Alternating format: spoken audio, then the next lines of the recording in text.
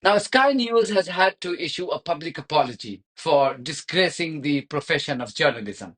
But what's new in that? Disgracing journalism to suit the propaganda of Western countries and Zionist Israel has become a new normal anyway. As I said before, the Gaza tragedy has completely exposed the mainstream media outlets in the West, including the BBC and Sky News, among others.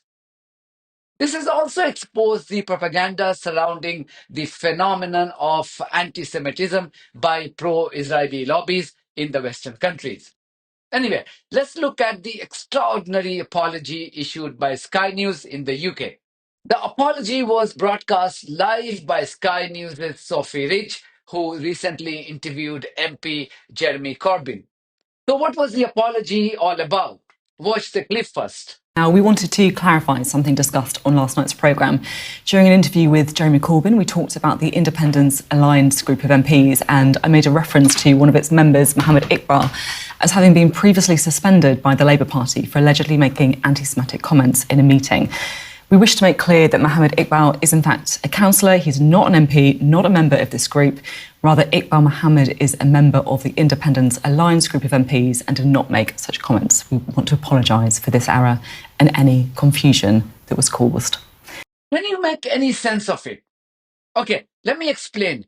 Sophy Ridge of Sky News had recently interviewed Jeremy Corbyn. She went all guns blazing in cornering the veteran British MP on the question of anti-Semitism, as if hounding him a few years ago to force him out of the leadership role in the Labour Party wasn't enough. In her passion to raise the issue of anti-Semitism once again, she could not even care about her own factual inaccuracies. He was essentially asking Corbyn about his decision to form an alliance with other independent MPs who had won the general elections on the Gaza issue last year. So, members of this alliance are Jeremy Corbyn, former leader of the Labour Party, Shaukat Adam, Adnan Hussain, Ayub Khan, and Iqbal Mohamed. Now, Sophy Ridge could not differentiate between Iqbal Mohamed, who is an independent MP, and Mohammed Iqbal of the Labour Party. Mohammed Iqbal was a councillor in Lancashire when he was suspended from the party in 2022 for allegedly making anti-Semitic remarks during a debate.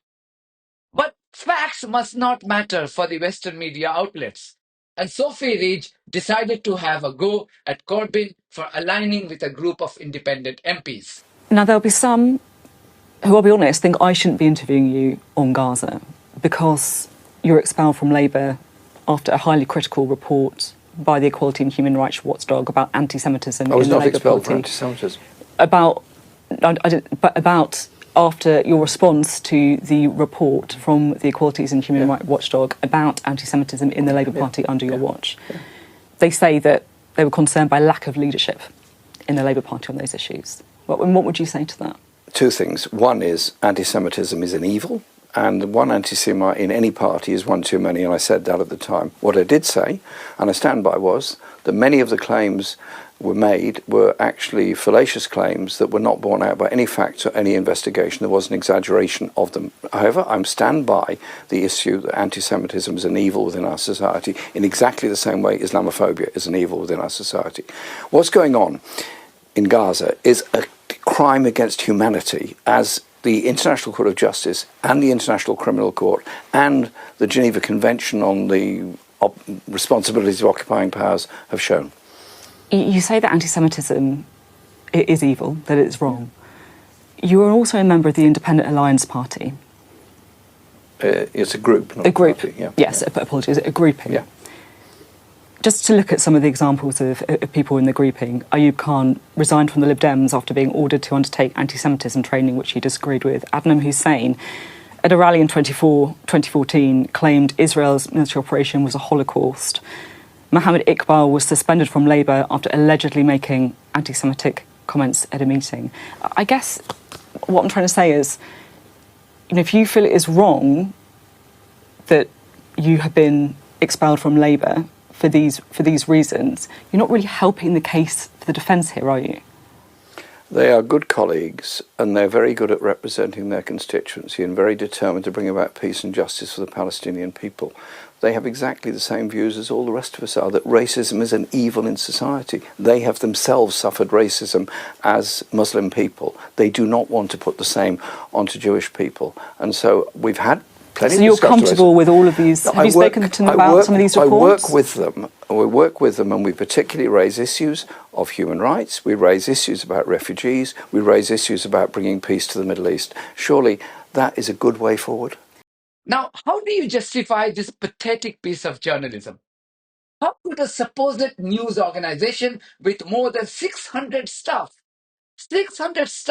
at its disposal get this so horribly wrong? This is nothing but pure incompetence or propaganda or both.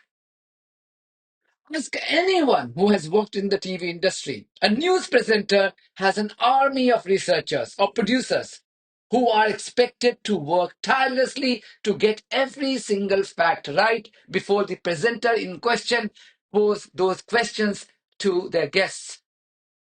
A show that Sophy Ridge presents appears to be quite a high-profile one. That show alone would have at least more than a dozen staff working for it. I run this YouTube channel on my own. Such embarrassing mistakes should be pardonable in my case, given that I do everything on my own. This includes gathering news, researching its related facts, and verifying them before recording, editing, and uploading them on YouTube. And yet, I am ever so careful about not letting myself down. This is because I do realize what is at stake here. It's my personal reputation as a journalist. Why are these individuals never bothered about the damage to their reputation and credibility? How can you be so flippant? What's their obsession with antisemitism? Hate speech targeting any race or faith should be condemned. Why only antisemitism? Why no such concerted attempts in highlighting hate speeches against the Black community, Muslim community, Indian community, Chinese community, and the list goes on? If you ever wanted to understand the hidden agenda here, then consider this fact. There are only 250,000 Jews in the UK compared to nearly 4 million Muslims living in the country. And yet, you never see these presenters challenge their guests over rising Islamophobia. This is the influence that the Israeli lobby now commands over Western media outlets these days. Coming back to an apology, is it going to change anything? I doubt.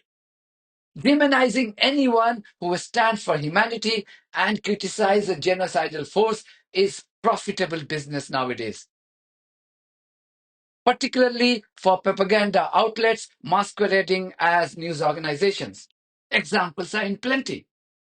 What else? How do you explain an utter silence on the collective punishment being meted out to nearly 2 million Palestinians in Gaza by a rogue regime of Netanyahu? Israel has not allowed food, water, or medicine to enter Gaza for a month now, in contempt of international laws. The world is silent, and the media has not found it worthy of even covering this ongoing genocide. This is all the British ambassador to the United Nations said last week. The UK is particularly concerned by the findings of the UN investigation that the hit on the UN compound was caused by an Israeli tank. Given that a British national was injured, we have liaised very closely with the UN over their investigation. It is clear that the UN is confident in their findings and that they have not reached this conclusion lightly.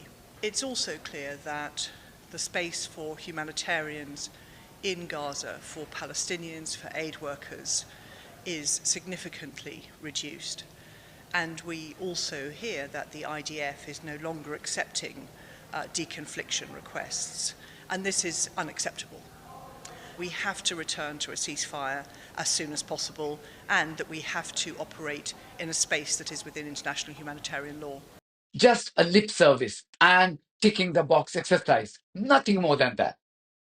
That's it from me. Thank you very much for your support of this platform and our journalism on buymeacoffee.com and Patreon. If you do think that our journalism is worth supporting, then you too should consider becoming part of it. In the meantime, if you haven't subscribed to my channel, please do so, because that's one of the many ways you can support independent journalism. God bless you all.